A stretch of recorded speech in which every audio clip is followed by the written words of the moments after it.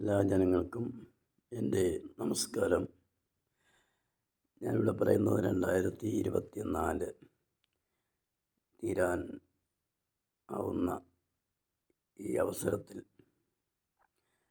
ജനുവരി 1 മുതൽ ഡിസംബർ 24 വരെയുള്ള ദിവസങ്ങളിൽ വളരെയധികം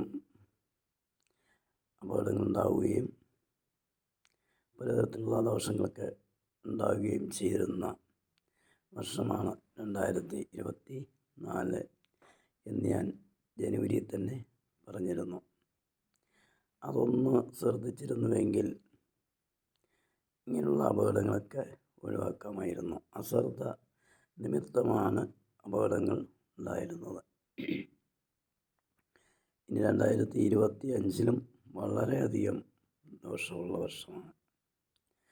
അപകടങ്ങൾ കൂടുതലുണ്ടാവാനുള്ള സാധ്യതകളാണ് കൂടുതലും കാണുന്നത്.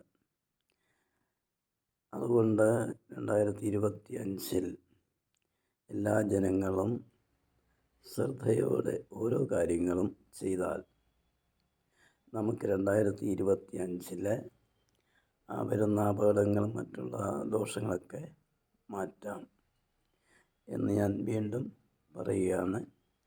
പലതരത്തിലുള്ള ദോഷങ്ങളാണ് ഉണ്ടാവുന്നത്. ഈ ഉണ്ടാവുന്ന ദോഷങ്ങളെല്ലാം അപകടങ്ങളായാലും നമ്മൾ അശ്രദ്ധ കാണിക്കുന്നതുകൊണ്ടാണ്. അതുകൊണ്ട് ഇനിയെങ്കിലും 2025 വളരെ സൂക്ഷിച്ച് കഴിഞ്ഞാൽ പലതരത്തിലുള്ള അപകടങ്ങളൊക്കെ മാറ്റാവുന്നതാണ്. അതിനുശേഷമുള്ള ആ ദോഷങ്ങളും പ്രയാസങ്ങളും ബുദ്ധിമുട്ടുകളൊക്കെ അനുഭവിക്കേണ്ട ഒരു കാലമാണ്. അതുകൊണ്ട് അത് വരാതിരിക്കാൻ വേണ്ടിയാണ് ഞാൻ വീണ്ടും പറയുന്നത്.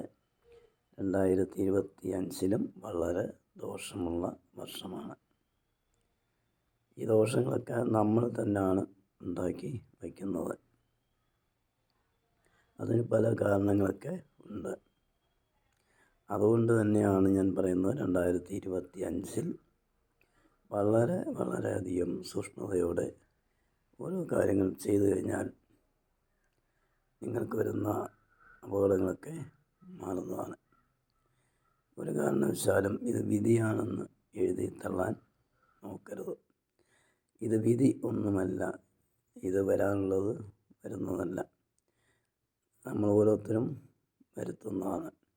ഒരു സെക്കൻഡിന് വേണ്ടി നമ്മൾ ഓടുമ്പോൾ നമ്മൾ പുറമോട്ട് ഒന്ന് നോക്കുക, എന്താണ് വരാൻ പോകുന്നതെന്ന്. അങ്ങനെ നോക്കിക്കഴിഞ്ഞാൽ നമുക്ക് ആ ഒരു സെക്കൻഡിൻ്റെ വില മനസ്സിലാക്കാൻ കഴിയുന്നതാണ്. അതുകൊണ്ട് ഓരോരുത്തർക്കും ഞാൻ പറയുകയാണ്, വാഹനങ്ങളിൽ പോകുമ്പോൾ ശ്രദ്ധാപൂർവം ചെയ്യുക. ഈ വാഹനങ്ങളിൽ പോകുന്ന ആരും തന്നെ ബ്രേക്കിൽ തൊടാറില്ല. അതെന്തോ മറന്നു പോകുന്നതായിരിക്കാം. പക്ഷേ ഓരോ ജീവിതത്തിൻ്റെ ഓരോ ഭാഗങ്ങളിലും ഉണ്ടാകുന്ന ആ ദുഃഖങ്ങളും പ്രയാസങ്ങളുമൊക്കെ ഉണ്ടാക്കുന്നത് നമ്മൾ ഓരോരുത്തരും ആണ്. അതുകൊണ്ട് എല്ലാ ജനങ്ങളും ശ്രദ്ധയോടെ ചെയ്തു കഴിഞ്ഞാൽ നമുക്ക് അപകടങ്ങളൊക്കെ മാറ്റാവുന്നതാണ്. അപകടങ്ങൾ പലതരത്തിലുണ്ട്. അത് ശ്രദ്ധിച്ചു കഴിഞ്ഞാൽ ആ അപകടങ്ങളൊക്കെ മാറ്റാവുന്നതാണ്.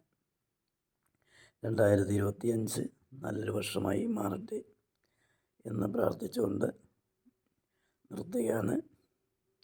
എല്ലാവരും ശ്രദ്ധിക്കുക.